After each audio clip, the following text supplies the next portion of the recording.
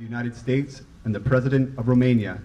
El presidente Donald Trump respondió el viernes al exdirector del FBI, James Comey, quien ayer aseguró ante el Senado que el mandatario buscó interferir en la investigación que el FBI conducía sobre el papel de Rusia en las pasadas elecciones estadounidenses. Quedamos muy felices y francamente James Comey confirmó mucho de lo que dije, y algunas de las cosas que dijo simplemente no son ciertas.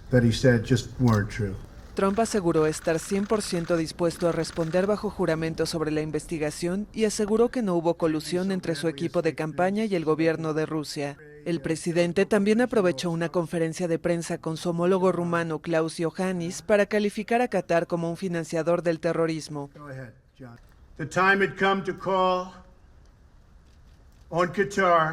Ha llegado el momento para pedir a Qatar que termine su financiación. Tienen que terminar su financiamiento y su ideología extremista en términos de financiación.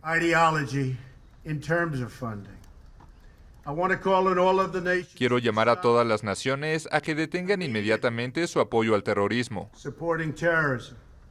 Los comentarios de Trump llegaron después de que su secretario de Estado, Rex Tillerson, instara a Arabia Saudita y a sus aliados regionales a atenuar el bloqueo impuesto a Qatar por presuntamente apoyar al terrorismo. The Emir of Qatar has made progress in halting financial support.